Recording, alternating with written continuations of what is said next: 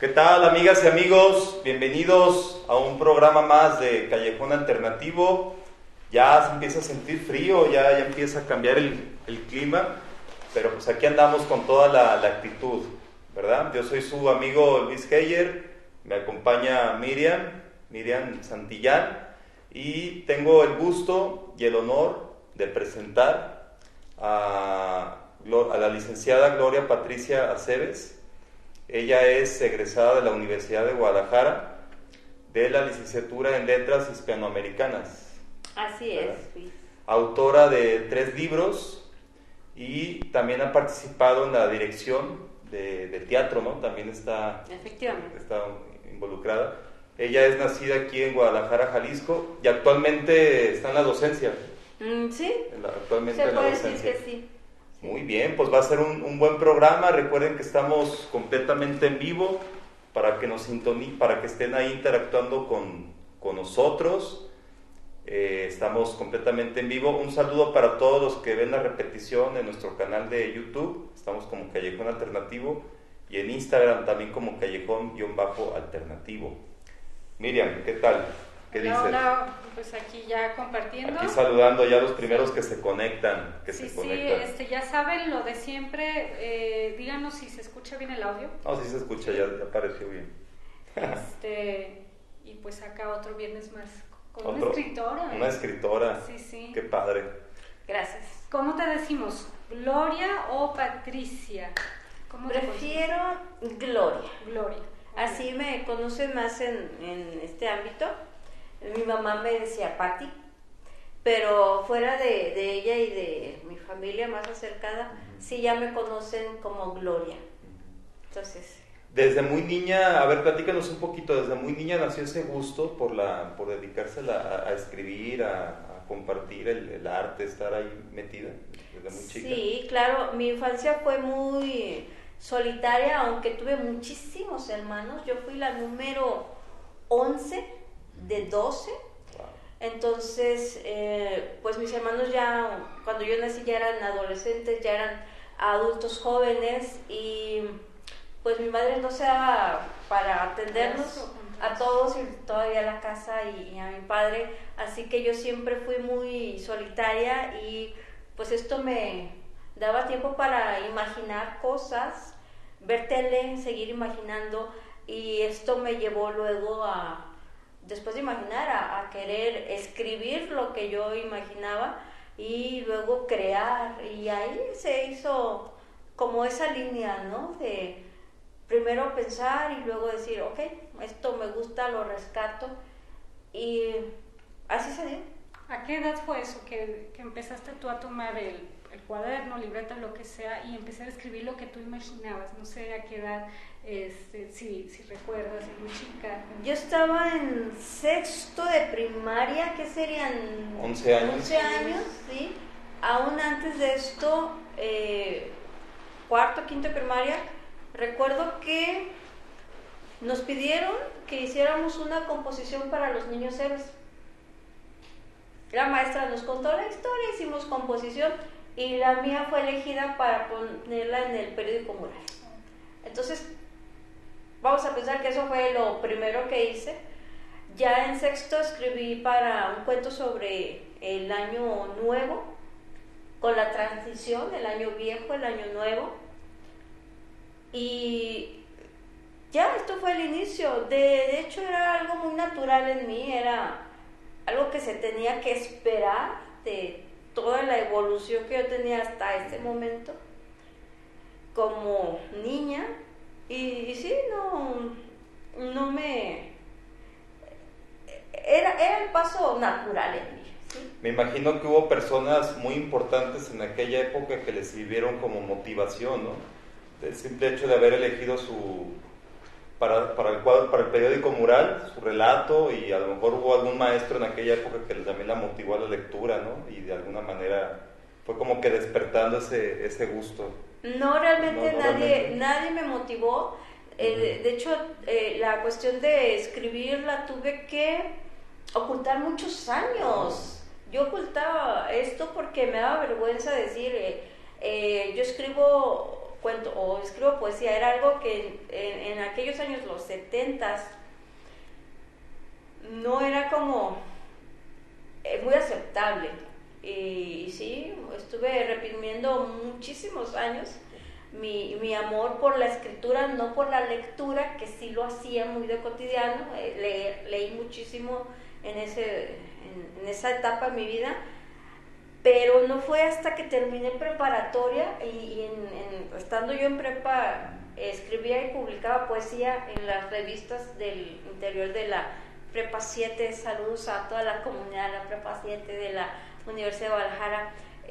Y entonces ya cuando salí de la prepa, que mi madre me pregunta qué sigue conmigo, qué voy a estudiar, yo le digo la licenciatura en letras y ella dice, no, eso no me gusta para ti, tú debes de dedicarte a la docencia como todas tus hermanas. Pero yo le dije, y ahí fue donde me rebelé, yo ya con 20 y tantos años le dije, no, yo quiero escribir, y ahí fue donde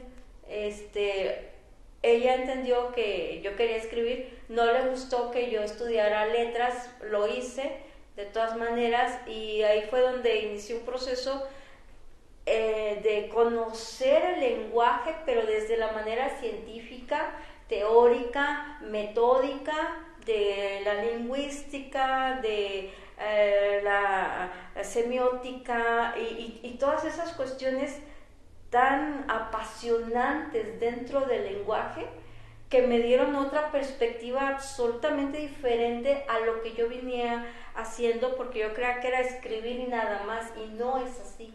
Hay una serie de estructuras dentro de los textos que tienen que justificarse y sostenerse. Entonces fue la otra parte de la literatura que yo conocí en la licenciatura, y pues estuve todo este tiempo estudiando el lenguaje desde esta cientificidad que es maravillosa. Y ya una vez que egresé de la licenciatura fue que decidí que quería escribir, y ahí, hasta ahí me quedé en escribir. Años después publiqué mi primer libro, pero yo ya había egresado de la licenciatura de letras. Es impresionante cómo por medio de la escritura uno expresa emociones, ¿no? Sí. Y luego transmite lo que el autor quiso decir, así como...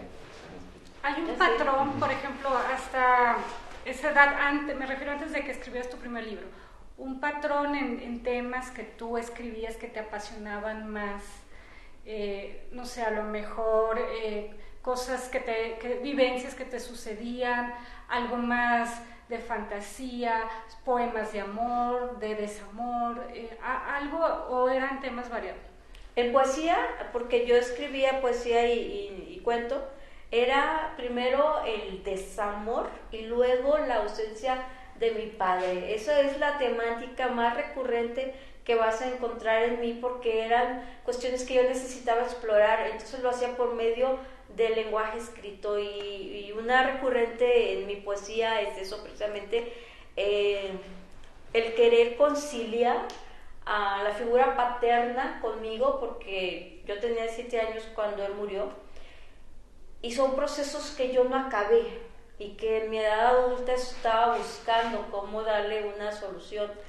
Así que por medio de la poesía encontré cómo podía yo explorar esta parte, exprimir esta parte, exorcizar esta parte, y más o menos encontré cierta tranquilidad en este aspecto de mi vida, que siempre me ha sido pues muy necesario, ¿no? Concluir esto que es la figura de autoridad en el desarrollo de la personalidad de un niño. Y bueno, fue el desamor erótico, afectivo, también fue una temática en mi vida. Y cuando decidí incursionar ya en la narrativa de una manera más profesional, porque sí es cierto, tenía temas muy variados, como la existencia, el ser y no ser. No había estudiado mucho filosofía, pero escribía eso, ser y no ser, estar y no estar.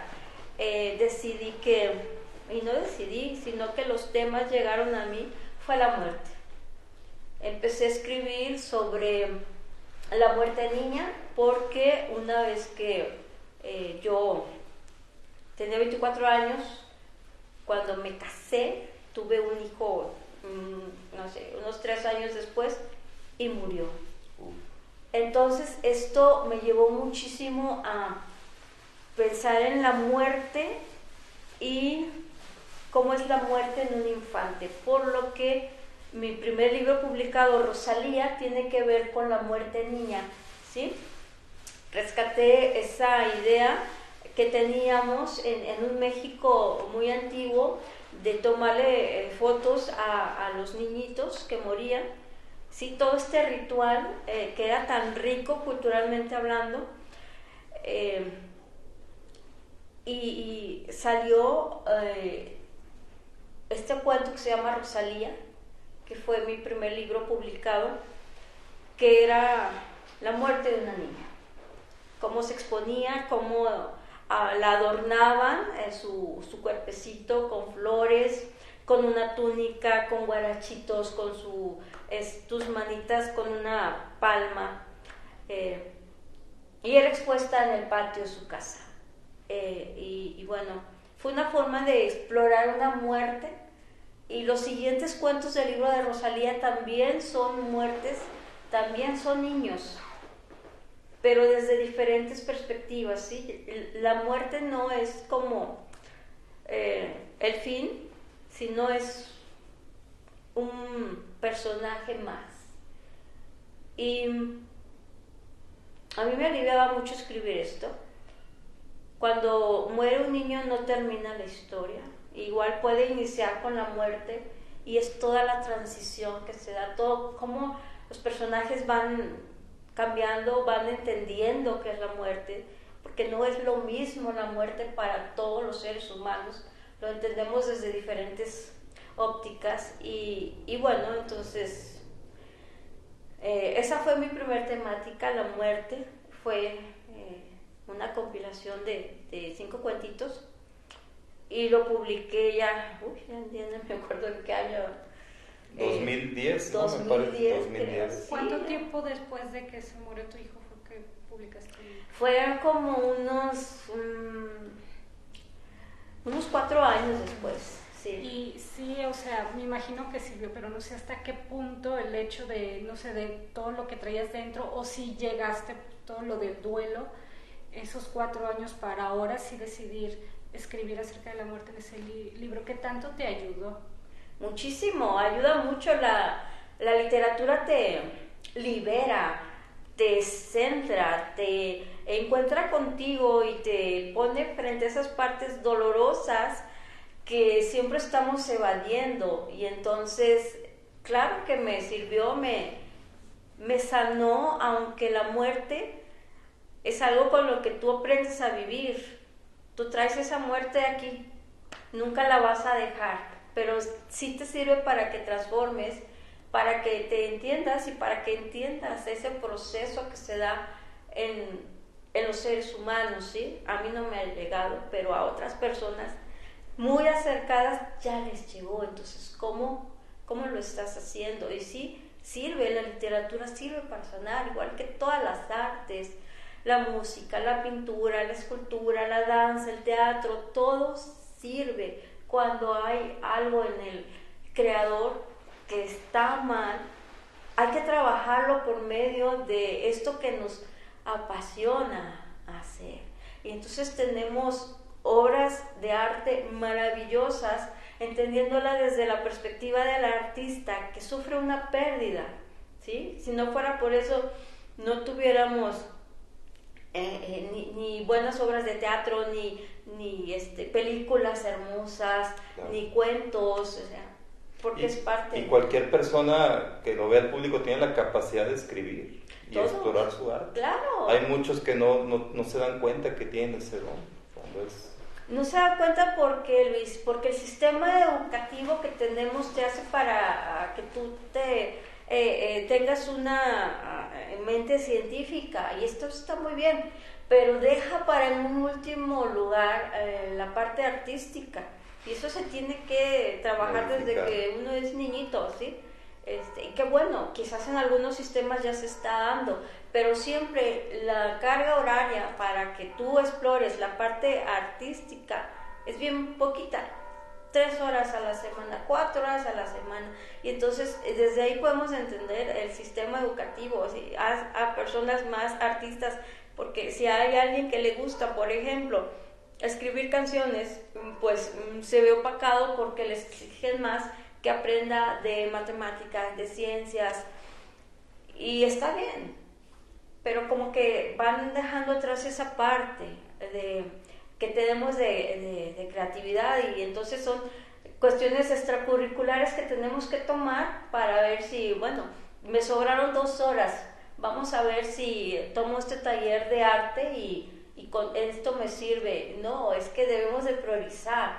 Todos podemos escribir el género que quieras, pero también podemos pintar, también podemos escribir canciones, también podemos dirigir y hacer teatro. No es nada más una cosa, es todo. Tú eres un ser humano completo. Claro. Tienes todas esas capacidades ahí latentes.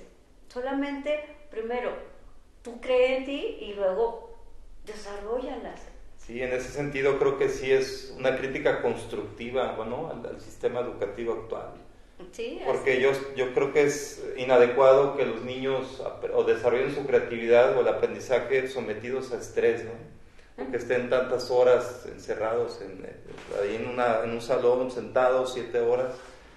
Creo que se debe haber unas modificaciones de alguna manera. Sí, y las primeras clases las dan de formaciones científicas, matemáticas, químicas, no sé.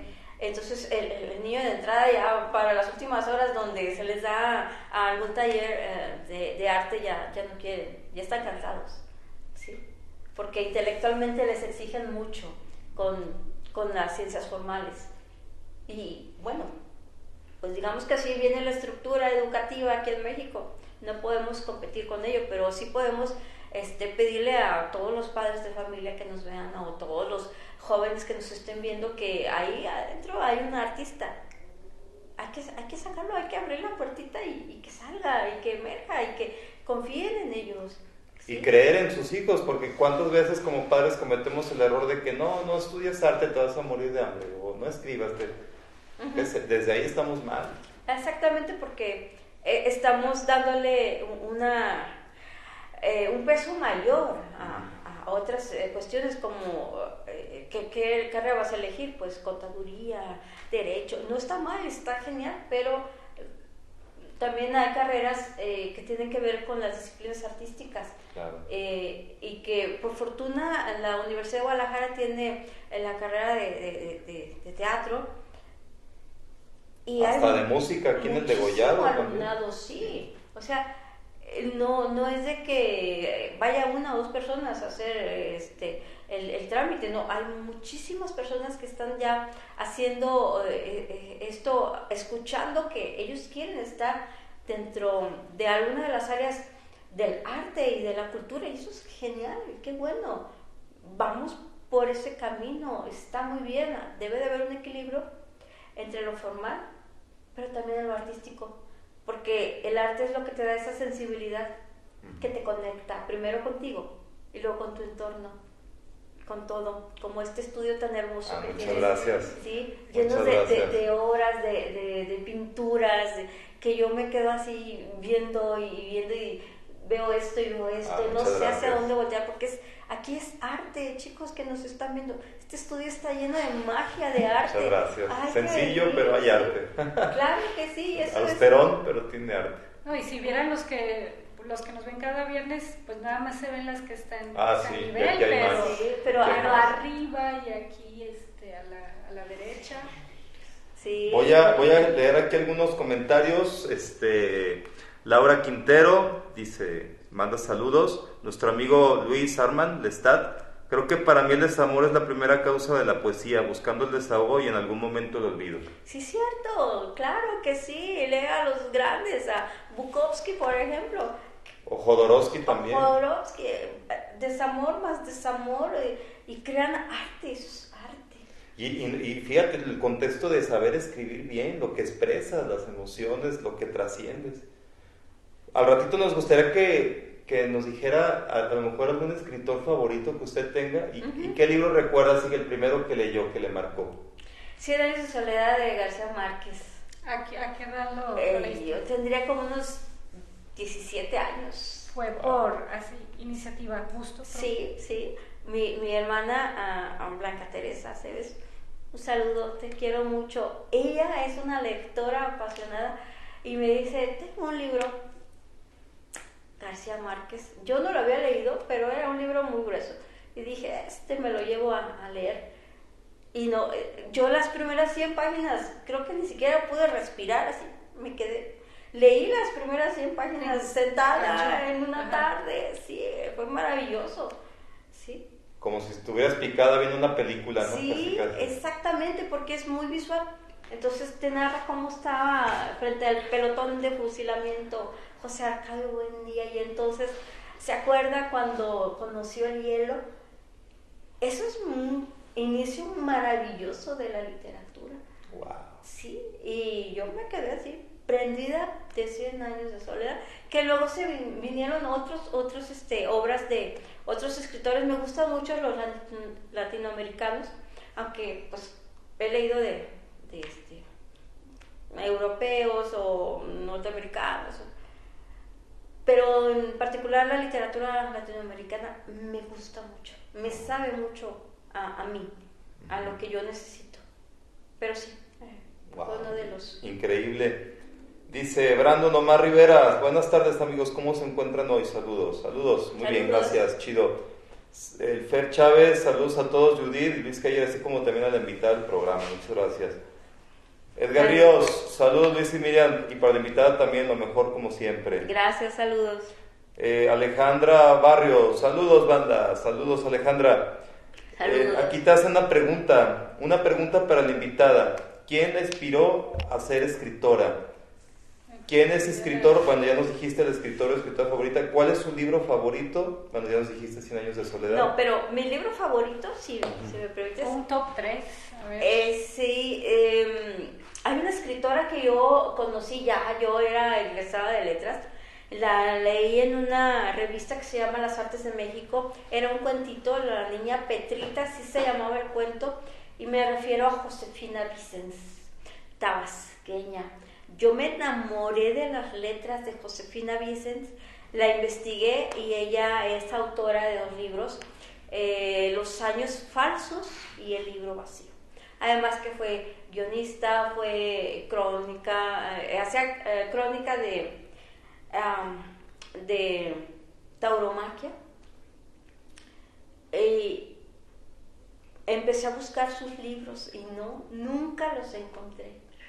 Estuve buscándola por años hasta que fui a Zacatecas. Había una feria de libro usado y ahí encontré El libro vacío. Wow, ya usado. Ya usado, ya desgastado. Con las esquinitas sí, ya todas roídas y todo. No importa, lo agarré, lo que me pidas por el libro. Como se encuentran unas joyitas de repente, exactamente, ¿no? Así como que sin querer queriendo, después de buscarla y de yo decir ya no la voy a encontrar. Cuando yo no la buscaba, la encontré y es un libro que yo amo. Y luego la vida me trajo, también encontré a Los años falsos. De hecho, me basé del inicio de Los años falsos para hacer uno de mis cuentos que está publicado en Rosalía. Y esa es mi escritora favorita, Josefina Vicens. ¡Wow! ¡Qué padre! Sí. Impresionante, ¿no? Gracias. Yo creo que ese libro no lo presta para nada, ¿verdad? Que alguien se lo pide. La verdad no. ¿Cuántas experiencias hemos tenido que los nos prestas no tal libro? No, sí, de hecho sí. A veces yo tampoco los he regresado, pero a veces los he prestado y les digo, por favor, regrésamelos, y no sucede. Ya no vuelven, entonces bueno. Oiga, yo le quisiera hacer una pregunta. Usted que, bueno, no sé si de usted o de tú. Ya, bueno. Pero bueno, mejor, sí. Por ejemplo, ¿es recomendable que a una edad de desarrollo de los niños se les obligue a leer ciertos libros de cierto género o que ellos escojan la lectura que ellos deseen para que ellos se vayan como encaminando poco a poco a la lectura? O sea, ¿es recomendable leer un libro que al principio como que no te deja o es mejor buscar un género que en verdad te apasione? Pues mira, los niños son cajas de sorpresas. Uh-huh. Ellos tienen tanta energía que si lo primero es que vean a los adultos leyendo. Eso es lo primero, te vean leyendo. Predicar con el ejemplo. Exactamente, ¿sí? Aunque no te vean con esa expresión de... Pero si estoy leyendo, lo dejo para hacer cualquier cosa y lo retomo. Eso es importante. Y luego dejarlos ahí a la mano, que el niño diga... Cuando esté comiendo, lo agarre y lo vea. Sí, este libro, verte. Y el niño no sabe leer, pues son letras, ¿sí?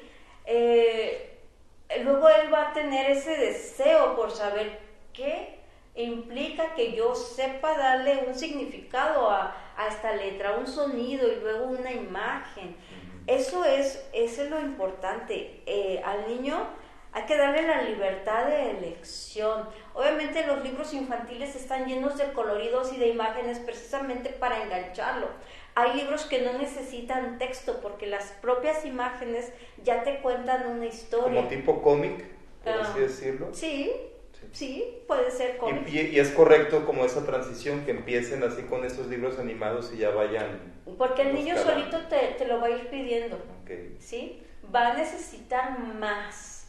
Y entonces se va a dar muy bien el desarrollo de la lectoescritura. Esto es a los 3 años de edad, cuando el niño le llama muchísimo la atención las imágenes, los colores y lo que significan las imágenes.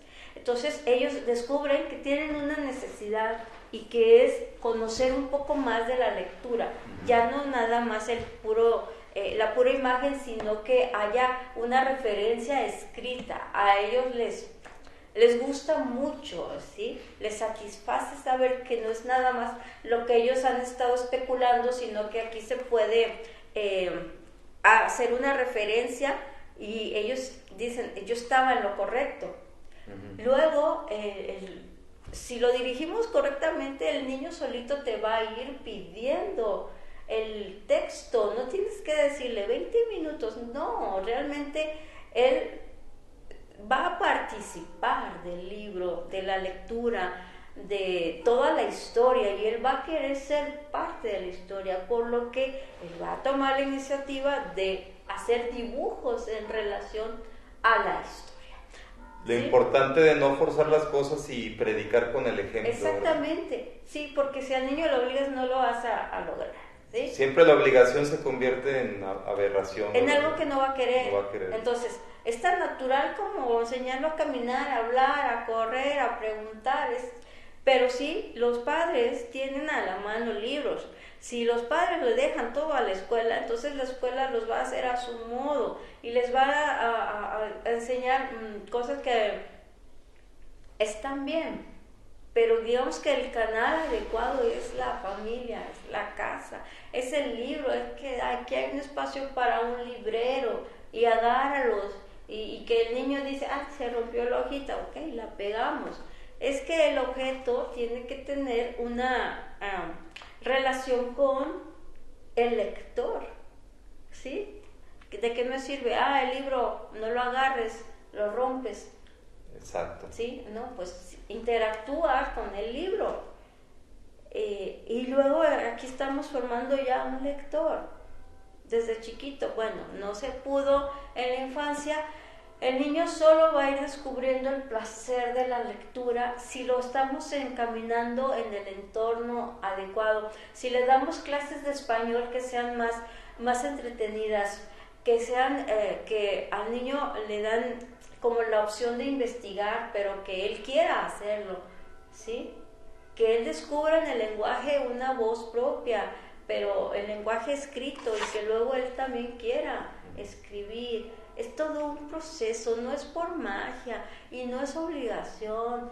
Entonces, igual al niño, ahí están todas las herramientas, no quiso, ¿ok? ¿Qué tal que si le ponemos por ahí una guitarra de juguete? A lo mejor va a querer empezar a crear composiciones musicales. Claro. ¿Qué tal que si le dejamos una barrita de plastilina?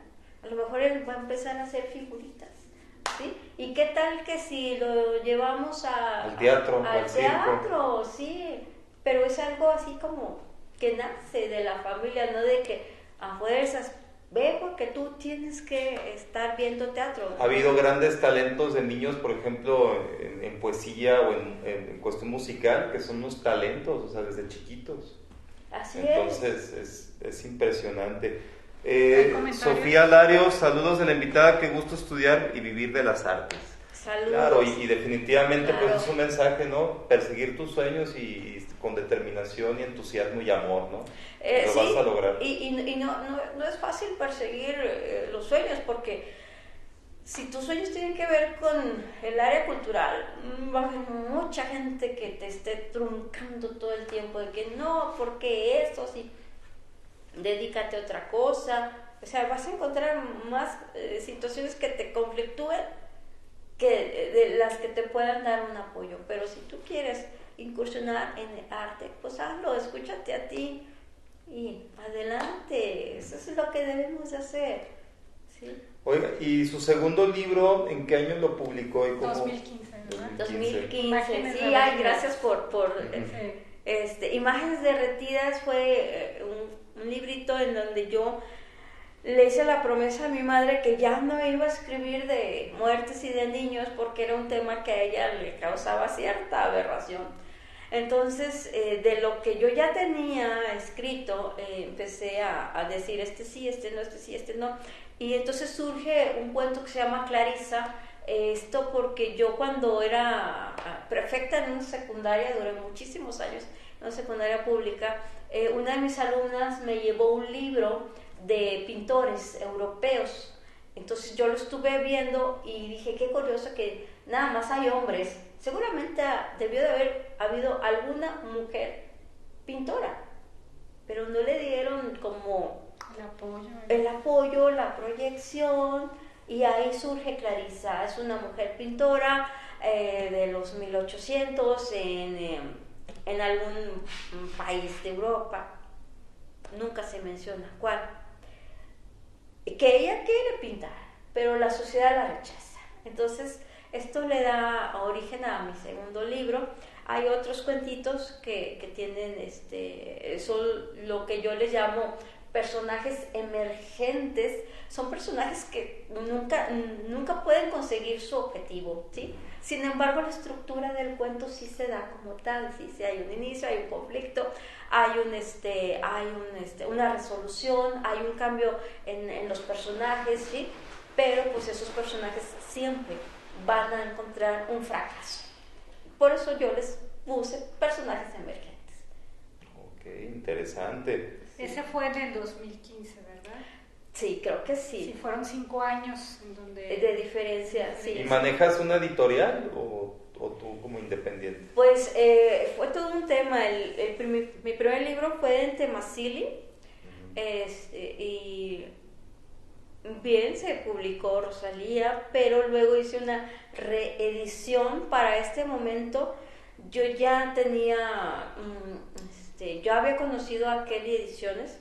Saludos, don Héctor, ¿cómo está usted? Él me ha apoyado muchísimo. Él me publicó Imágenes derretidas también, Kelly Ediciones. Y después de este momento habíamos hablado en que yo podía crear un propio sello editorial. Y así fue. Entonces yo creo el de Polvo y Ceniza Editorial, y yo publico mi tercer libro, que es de poesía, ya con mi propio sello editorial.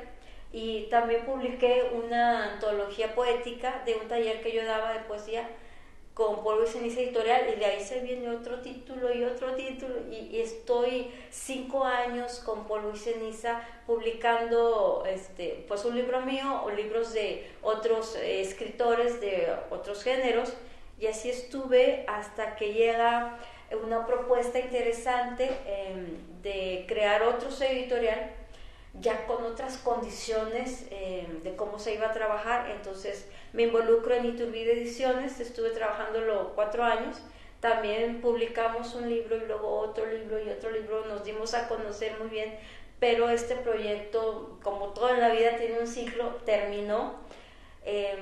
yo no alcancé a publicar nada de mi autoría y luego retomo Polvo y Ceniza Editorial y empecé de ceros otra vez y ahorita ya tenemos más de un año trabajando, llevamos como unos 5 libros publicados de autores, ¿sí?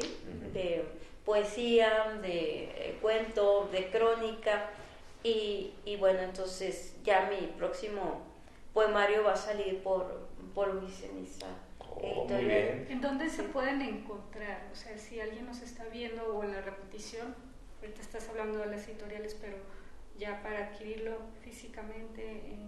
Los libros, mira, el libro que publiqué más recientemente, es de Edalca, saludos Sergio Aro, lo puedes encontrar conmigo, ya no tengo, en la FIL va a estar, en Editorial Edalca, lo encuentras en la FIL, y mis libros anteriores ya no existen, ya están agotados, salvo este es el más reciente, y es ella es mi mamá. Ah, ya. Sí, Entonces, ese en la FIL lo pueden encontrar. Lo encuentran en la FIL, en Editorial Edalca. No me acuerdo el número del stand, pero tú búscalo en Facebook, Edalca Ediciones, y ahí vas a ver en qué están. ¿Y los otros libros, si a alguien le interesa, ahora sí que esperar a que haya otra vez la impresión o sobre pedido? Sí. ¿O electrónico? Electrónico, sí, electrónico. Están algunos cuentos en una página de esos donde se suben libros o cuentos, que ya no me acuerdo cómo, en qué, Wattpad. Ahí yo subí algunos 4 cuentitos, ahí los tengo, y si les interesa mucho un libro en físico, pues yo puedo hablar con mi editor y les digo, puedo hacer un tiraje de 30 libros de Rosalía, o unos 30 de Imágenes Derretidas, o unos 30 de Saber Existida, y bueno, entonces ya Digo, para pensar, porque Juan Manuel Cabrera, que le mando un gran saludo, ahorita está trabajando en una librería que está ahí cerca del Expiatorio y le está dando mucha difusión a los escritores en general. Entonces, no estaría mal a lo mejor imprimir y llevar ahí unos cuantos, Sí, ¿no? estaría genial, claro que sí, porque siempre debemos estar presentes en el escenario de la literatura local, la literatura jalisciense, las nuevas voces y las voces que ya tenemos un ratito, pero que seguimos estando presentes y con propuestas interesantes, y sí, claro que sí. ¿Planea ir a presentar su libro en la FIL?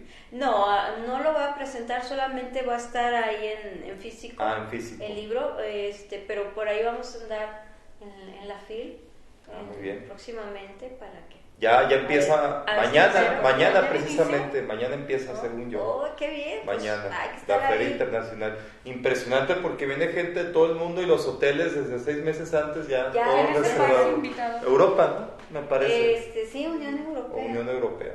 Sí. Oye, Gloria... Le preguntan aquí, perdón. O todo, si quieres, es que aquí dos comentarios. Gloria, ¿ese libro en específico es para alguna edad? Por el lenguaje, el tipo de lenguaje que manejas, recomendado, no sé, para jóvenes de 15 en adelante, para 18, pero no sé el criterio que se pueda tener para leerlo y entenderlo, o para, ahora sí que, más jóvenes también. A nivel lingüístico no tiene ningún problema, lo puede entender cualquier persona. Ahora, a nivel, digamos, social, vas a encontrar conceptos que ya no se usan, ¿sí? Y no tanto los conceptos en las palabras, sino los culturales. Digamos, que cómo eran los noviazgos en los años 1930, del siglo pasado. Cómo era la educación familiar en los años 60. Cómo se vive la tercera edad actualmente, cómo es el trato que le da el Seguro Social a los enfermos. Todo esto vas a encontrar aquí. Entonces tú lo puedes leer tranquilamente, no hay ningún problema por esto, pero sí de pronto el primer cuentito, sí vas a encontrar, el segundo cuento, vas a encontrar cómo es que era una relación afectiva de noviazgo, ¿sí? Y que no te dejaban salir con el novio, que te estaban cuidando, que era media hora, que era una ventana así de hermosa como esta puerta que tienes aquí de madera, que se abría y que la muchacha salía y el novio estaba de aquel lado y había una ventana de barrotes, ¿sí? Entonces tiene que ver mucho con etapas históricas de los tapatíos, en donde en todas está un personaje en común, que es Natalia. Entonces es Natalia en sus diferentes etapas, pero no es un libro autobiográfico, son narraciones. Ok. Sí. No, pues tiene mucha cultura e historia para saber cómo era la educación antiguamente. Antes, pues con cartas, ¿no? En cuestión así de... Exactamente, con cartas, letras y... una caligrafía impecable. Cursiva, sí. Letra cursiva. Exactamente. Y luego desde la mesa, a ver, ¿te sientas bien? Así, no pongas los codos. O sea, era otro tipo de educación muy... Con una estructura rígida, pero con grandes valores y grandes cimientos, ¿eh? Sí. Que creo que nos hace falta, ¿no? Actualmente, un pequeño jalón de orejas, ¿no? Sí, sí. Y es esa educación que crea a las generaciones que ya están por desaparecer, que nos hicieron a unos hijos muy, y no hagas esto porque los padres con la mirada nada más te podían controlar, con la mirada. Ahora ya no quiero saber cómo eran los regaños, ¿sí? Y estas generaciones ya son los bisabuelos de ahora, ¿sí? Y ya no... Pues a los que tengan sus abuelitos todavía con sus mismos papás, pues traten de estar más tiempo con ellos, no usen el celular cuando estén con ellos, traten de aprender lo más que puedan y escuchar, porque como usted dice, se van a ir y la muerte es impredecible, no sabes tú cuándo, ni a qué horas, entonces qué mejor que aprovechar, ¿no? Aquí hay 3 comentarios. César Exiquio Santiago de la Cruz desde Mezcala, Jalisco, que le manda un gran saludo. Le pregunta, ¿cuántos libros ha publicado y cuál es el que más le ha gustado? Gracias. Publicado 4 libros hasta este momento, está por salir un poemario. ¿Cuál me ha gustado más? Híjole, es que todos tienen algo especial, pero el que más me ha gustado, está difícil. Está entre el primero, que fue Rosalía, por ese proceso en el que yo estaba metida cuando escribí los cuentos de muerte. Y porque este libro es, mi madre ya murió, y una forma de trabajar el duelo fue retomar lo que ella me decía y hacerlo en narrativa. Y eso me curó. Y fue un desahogo tremendo, ¿no? Sí. De llevar ese proceso. Aunque, y es como si ella estuviera todavía dando su lectura en el libro, ¿no? Aquí es, sí. Lo último de este libro es una crónica. Es desde que ella enfermó, todo el proceso que es el Seguro Social, la muerte, cómo tratan a los muertos en el Seguro Social.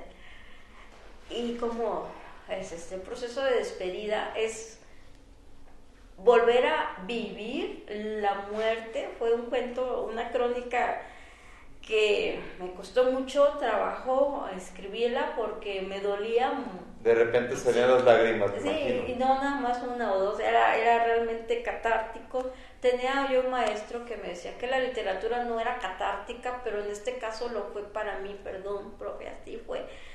Y a mí me salvó, me limpió, hizo que yo entendiera este proceso, pero aún así, cuando retomo la crónica que se llama Moscas, no la puedo leer porque otra vez lloro.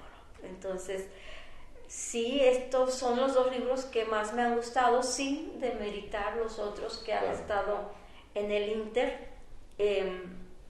Pero siempre esto te va a sanar, la literatura te sana, ya sea que la escribas o que te llegue, la leas. y que a mí me sanó mucho.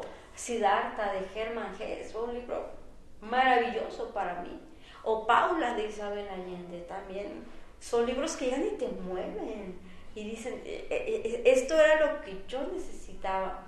Entonces, a lo mejor no necesariamente que tú escribas, pero que sí encuentres un libro que te cambie, que te sane, que te enfrente contigo, que te libere exactamente. ¿Sí? Dice, impresionante, dice Juan Manuel Cabrera, un gran saludo a la editora Patricia, me encantó su libro. Gracias, Juan Manuel. Juan Manuel Cabrera, ya entrevisté a Felipe Ramos, que también estuvo en su obra editada por la genial Patricia. Gracias. Claro, sí. Felipe Ramos, excelente persona. Sí, con estos cuentos de El murciélago, del tercer piso. Del tercer piso, que se publicó con Iturbide Ediciones. Fue Iturbide, creo que sí. Genial trabajar con Felipe, unos cuentos maravillosos. Y una excelente persona que le mando un gran saludo. La segunda entrevista sí, todavía. Oiga, pues muy bien, pues yo le quiero agradecer que haya aceptado la invitación aquí en Callejón. Recuerden que este espacio es para ustedes, para descubrir el talento que hay aquí en Guadalajara, no más en Guadalajara, sino en todo el país. Grandes y grandes talentos, y recuerden que todos tenemos un don, simplemente es reencontrarse con uno mismo y creer en sí mismo y explorarlo, ¿no? Desahogar todas esas emociones. Ahí está, con que creas en ti ya tienes el 50%. Muy bien, entonces próximos eventos, entonces por ahí va a estar en la FIL, por ahí. Vamos a estar en la FIL, pero me van a entrevistar de parte de la coordinación de egresados de la UDG. Voy a estar también dándome vueltas en la editorial de Dalca. No lo voy a presentar como tal el libro. Vamos a estar incursionando en teatro próximamente. Muy bien. El próximo año retomamos el teatro que yo lo había dejado. Que eso nos faltó decir, sí, pero ya se nos vino el tiempo encima, ¿no? ¿Dónde sería? Qué padre ¿Y alguna teatro. obra aquí en Guadalajara? Sí, mira, hace 10 años estuvimos con Sueños de Andén, que es un melodrama, y se dio la condición para que otra vez estuviéramos como en la posibilidad de presentar. Ya tenemos los apoyos, ya tenemos lo que no era, tenemos antes, que era espacio para ensayar, que era quizás alguien que nos pueda hacer la producción. Eso ha cambiado muchísimo en el escenario cultural de Guadalajara, que me da mucho gusto. Entonces, bueno, pues Polo Mata, saludos Polo, él me busca y me dice, vámonos con Sueños de Andén otra vez, y estamos en esto. Yo creo que para enero lo presentaremos en algunos centros culturales, en algún teatro que no sabemos cuál va a ser, pero lo importante es que estamos retomando lo que dejamos ya por 10 años, que es el teatro. Para las personas interesadas que están viendo el programa, que quisieran estar al pendiente de los próximos eventos, ¿por medio de Facebook o qué otro contacto hay? Estoy en Facebook como Gloria Patricia Cebes, estoy en Instagram también como Gloria Patricia Cebes, estoy en Facebook como Polvo y Ceniza Editorial, aunque seamos sinceros, la página la muevo muy poquito, sí, pero tenme paciencia y por ahí vas a encontrar todo lo que hemos estado publicando en Polvo y Ceniza Editorial. Si tú quieres publicar algo, si te interesa publicar algo con nosotros, pues nos gustaría mucho que te acercaras. Nosotros vemos al escritor no como dinero, sino como un artista, y te damos un acompañamiento, te hacemos una propuesta de corrección, de edición, de presentación de libros y de colocación de libros en algunas librerías que no nos cobran mucho en la consignación. ¿Solo aquí o también? Es que tengo un amigo que es escritor en Puerto Vallarta. Entonces no sé si le puedo pasar tu contacto, pero si solamente es zona metropolitana. No, claro que no. Acabamos está en edición 2 libros, uno de ellos se va para Aguascalientes. Okay. Ay, el otro libro, no recuerdo a qué estado de la República se va a ir, pero sí, nosotros te hacemos el trabajo editorial, ya te lo enviamos. Para ver tus datos. Claro que sí, con todo gusto. Bueno, pues muchas gracias por venir, muchas gracias por asistir. Un gusto. Qué bonita, gracias, Miriam. Qué bonita labor. Gracias. Yo digo que la lectura es fascinante. Yo trabajo en un lugar, hay una biblioteca y los jóvenes van, y me encanta cuando piden libros prestados y luego otro y luego otro. Entonces, qué bonita labor haces a promover la Gracias. lectura. Y no, pues qué labor tan interesante esa que realizas tú en la biblioteca. Es el mejor lugar para trabajar, de verdad que sí. Pues muchas gracias por haber Gracias por la Muchas invitación. gracias. Y gracias a todos los que participaron. Gracias Juan Manuel que está ahí en vivo. Gracias a todos los que van a ver la repetición. Les mando un gran saludo y que pasen un excelente fin de semana. Saludos. Hasta luego. Lo sube a YouTube para